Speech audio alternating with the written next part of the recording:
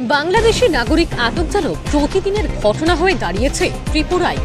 প্রতিদিন ত্রিপুরার কোনো না কোনো রেলওয়ে স্টেশন জিআরপি পুলিশের হাতে আটক হচ্ছে বাংলাদেশি নাগরিক। এবার বাংলাদেশ থেকে আখাউড়া হয়ে অবৈধভাবে রাজ্যে প্রবেশ করে আগরতলা থেকে সড়কপথে বহিরাজ্যে পাড়ি দেওয়ার সময় পানিসাগর নাকা পয়েন্ট থেকে আটক করা হলো তৃতীয় লিঙ্গের 7 জন বাংলাদেশের নাগরিককে।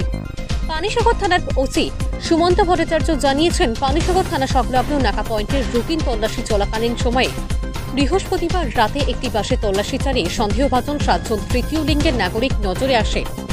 তাদের জিজ্ঞাসাবাদ করলে তাদের কথাবার্তায় সন্দেহ দেখা দেয়। সেখান থেকেই তাদের আটক করে পানিসাগর থানায় নিয়ে আসা হয়। প্রথম অবস্থায় তারা ভারতীয় নাগরিক হিসেবে পরিচয় দেওয়ার চেষ্টা করে। পরবর্তীতে পুলিশের জিজ্ঞাসাবাদে তারা স্বীকার করে নেয়, দালাল মারফত তারা 7 জন আখাউড়া হয়ে অবৈধভাবে ত্রিপুরায় প্রবেশ করে।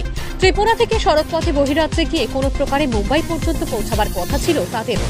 সেখানে কাজের ব্যবস্থা করে দেবে বলে কথা দিয়েছিল দালাল চক্রটি। আটককৃত 7 জন তৃতীয় লিঙ্গের বাংলাদেশি নাগরিকের কাছে দালাল কর্তৃক অবৈধভাবে তৈরি ভারতীয় বেশ কিছু ডকুমেন্ট বাজেয়াপ্ত করা হয়। সংবাদ লেখা পর্যন্ত এরা পানিসাগর পুলিশের হেফাজতে রয়েছে বলে জানা গিয়েছে। Bureau report, KCP live. বিকেলবেলা আমাদের যে পানিসাগর পিএসএ নাকা পয়েন্ট আছে, সেখানে বিকেল চেকিংয়ের সময় আমরা একটা বাসকে চেক করছিলাম। তখন ওদেরকে আমরা সাসপিশিয়াসলি জিজ্ঞেস করি। তো ওদের কথায় আমরা বুঝে যাই যে ওরা বাংলাদেশি ন্যাশনাল। তারপর ওদেরকে নামিয়ে ওদের ডকুমেন্ট চেক করা হয়।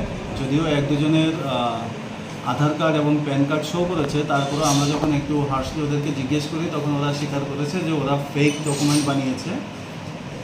আগরতলা থেকেই কেউ হয়তো ওদের জন্য ফেক ডকুমেন্ট রেডি করেছে। যাই হোক, ওরা স্বীকার করেছে ওরা বাংলাদেশি ন্যাশনাল এবং ওরা বোম্বে যাচ্ছে থ্রু গুয়াহাটি।